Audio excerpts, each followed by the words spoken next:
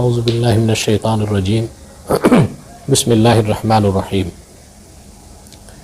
হ্যাঁ, যে প্রশ্নটা এসেছে যে ইব্রাহিম রাইসি ইরানের প্রেসিডেন্টের মৃত্যুটা স্বাভাবিক নাকি প্রাকৃতিকভাবে দুর্যোগ কবলিত আবহাওয়ায় তার হেলিকপ্টার ক্র্যাশে তার মৃত্যু, না এর পিছনে ইসরায়েল বা আমেরিকার হাত আছে কিনা, সবকিছু পর্যালোচনা করলে দেখা যায় যে এখানে ইসরায়েল বা আমেরিকার কোনো হস্তক্ষেপ ছিল না। কারণ আমরা বিভিন্ন স্যাটেলাইট চ্যানেলের নিউজগুলো ইন্টারন্যাশনাল এবং ন্যাশনাল এগুলো পর্যবেক্ষণ করলে দেখতে পাই যে এই সংকটপূর্ণ মুহূর্তে অত্যন্ত বিপদসংকুল এবং প্রাকৃতিকভাবে খুব বৈরী আবহাওয়াতেই হেলিকপ্টারটা ক্র্যাশ হয়েছে। তবে এখানে স্পষ্ট যে এটা বৈরী আবহাওয়ার কারণে হেলিকপ্টার ক্র্যাশ হয়ে তার মৃত্যু হয়েছে। প্রশ্ন হচ্ছে, ইসরায়েলের সাথে এখন ইরানের দ্বন্দ্ব তুঙ্গে, ইসরায়েলের বিষয়টাকে আমরা কেন পাশ কেটে যেতে চাই? তার প্রধান কারণ হচ্ছে কুখ্যাত পাপিষ্ট অভিশপ্ত ইহুদি জাতিদের অভ্যাস হচ্ছে তাদের ক্রেডিট নেওয়া। যেমন তুরস্কে যখন ভূমিকম্প হয়ে প্রচুর লোক মারা গেল, তখন কোন এক ইহুদি দার্শনিক সে বলেছিল যে 3 দিন আগে তার কাছে নিউজটা ছিল যে ভূমিকম্প হবে এই বিষয়ে, অথচ পৃথিবীতে এমন কোনো ডিভাইস বিজ্ঞান আবিষ্কার করতে পারে নাই যা দিয়ে আর্থকুইক বা ভূমিকম্পের নিশ্চিতভাবে আগাম বলা যাবে। কয়েক ঘন্টা আগে বলাই তো অনিশ্চিত, 3 দিন আগে ইহুদি জানলো কেমন করে? তখন বলা হয় যে আমেরিকার আলাস্কাতে মার্কিন সেনাবাহিনীর একটা গোপন স্কিম আছে হার্প নামে, যে এর মাধ্যমে কৃত্রিমভাবে ভূমিকম্প করানো যায়, কৃত্রিমভাবে ঝড় তুফান করানো যায়। সেজন্য অনেকেই বলেছে যে ওই মার্কিন গোয়েন্দারাই তুরস্কের সেই শহরে প্রবেশ করে 7 কিলোমিটার গভীর ড্রিল করে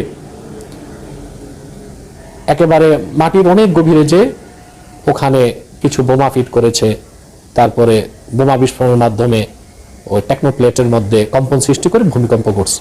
কিন্তু পৃথিবীর সমস্ত বিজ্ঞানীরা অস্বীকার করছে যে হার্পের মাধ্যমে খুব কম মাত্রায় ভূমিকম্প সৃষ্টি করা যেতে পারে বা কম মাত্রায় ঝড় তুফান করা যেতে পারে, এত বড় ভূমিকম্প হতে পারে না।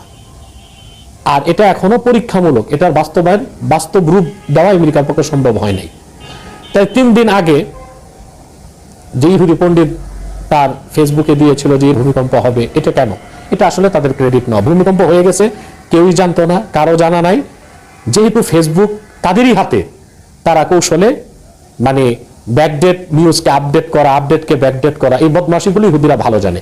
ওইরকম একটা কিছু করে ফেসবুকে ফেক নিউজ দিয়ে একটা ক্রেডিট নিতে চেয়েছিল যে তুরস্কের নির্বাচন বানচাল করতে, এরদোগানের জনপ্রিয়তা কমানোর জন্য এটা আমেরিকা এবং ইসরায়েল কাজটা করেছে। একটা মিথ্যা ভুয়া। ঠিক ইব্রাহিম রাইসির মৃত্যুর পরও বিভিন্ন ধরনের ষড়যন্ত্র তত্ত্ব মানুষ দিবে এবং এটা ইহুদি লবি করবে। কেন করবে?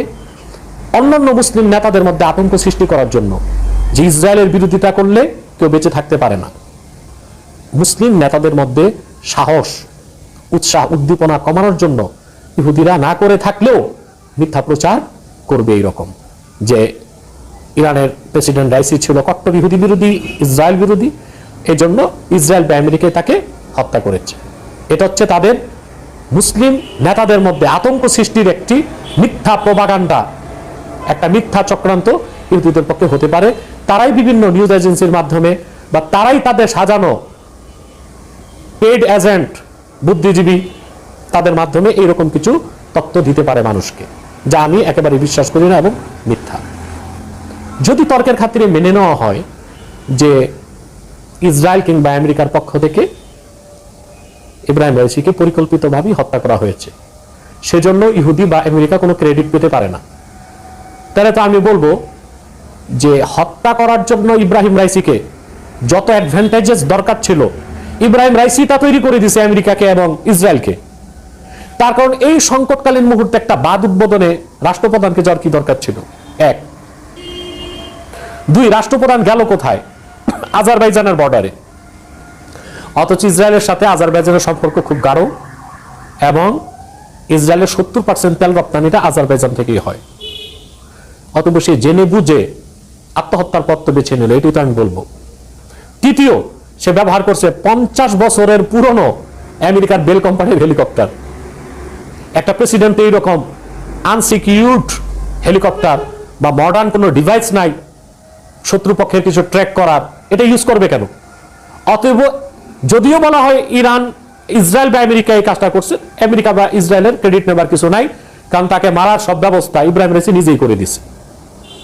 অতএব এই বিভিন্ন ধরনের কথা শুনে ইসরায়েল হত্যা করছে বা আমেরিকা হত্যা করছে, এগুলো ছড়ানোর একমাত্র উদ্দেশ্য হচ্ছে মুসলিম নেতাদের মনে আতঙ্ক সৃষ্টি করা। তখন এই ভুল প্রপাগান্ডার কারণে, এই মিথ্যা প্রপাগান্ডার কারণে পরবর্তীতে ইসরায়েলের বিরুদ্ধে মুসলিম নেতারা আন্দোলন সংগ্রাম বা হুঙ্কার দেবার সাহসী করবে না। অতএব এটাকে একেবারেই দৃষ্টির আড়ালে রাখা উচিত। আমরা ধরে নিতে পারি এটা দুর্যোগপূর্ণ ভাবাতেই তার সিকিউরিটি থ্রেটের ব্যাপারে সে সজাগ ছিল না। তার যে সিকিউরিটি থ্রেট ছিল এই ব্যাপারে সে মোটেও সজাগ ছিল না, এটাও হতে পারে। তাতে শত্রু সুযোগ নিয়েছে, এই জন্য ইসরায়েল বা আমেরিকার ক্রেডিটের কোনো বিষয় নেই। কিন্তু সবকিছু পর্যবেক্ষণ করলে বোঝা যায় যে এটা দুইটার একটা হতে পারে, হয় দুর্যোগপূর্ণ আবহাওয়াতেই হেলিকপ্টার ক্র্যাশ হয়ে তার মৃত্যু হয়েছে, কিংবা রাইসির খুব কাছেই শত্রুপক্ষের কোনো এজেন্ট ছিল যে পরিকল্পিতভাবে, হয়তো হতে পারে সে সুইসাইড স্কোয়াডের সদস্য, সে নিজে মরে রাইসিকে মেরে ফেলছে, এটা হতে পারে।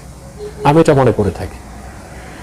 আর একটা বিষয় হচ্ছে যে আমি এটা অথেন্টিক কোনো নিউজে নিজে দেখিনি, আমি শুনেছি যে মৃত্যুর কয়েক ঘন্টা পরই রাইসির হেলিকপ্টার নিখোঁজ এই সংবাদটা চাউর হওয়ার কয়েক ঘন্টার মধ্যে আমেরিকার পক্ষ থেকে বলা হয়েছে যে রাইসিকে হত্যা করা হয়েছে। তদন্ত ছাড়া হেলিকপ্টার শনাক্ত করলো তুরস্কের বায়রাক্তার ড্রোন এসে, তো শনাক্ত ছাড়া আমেরিকা কিভাবে এটা বললো? ওই যে ওদের অভ্যাস হচ্ছে জনমনে আতঙ্ক সৃষ্টি করে দেওয়া।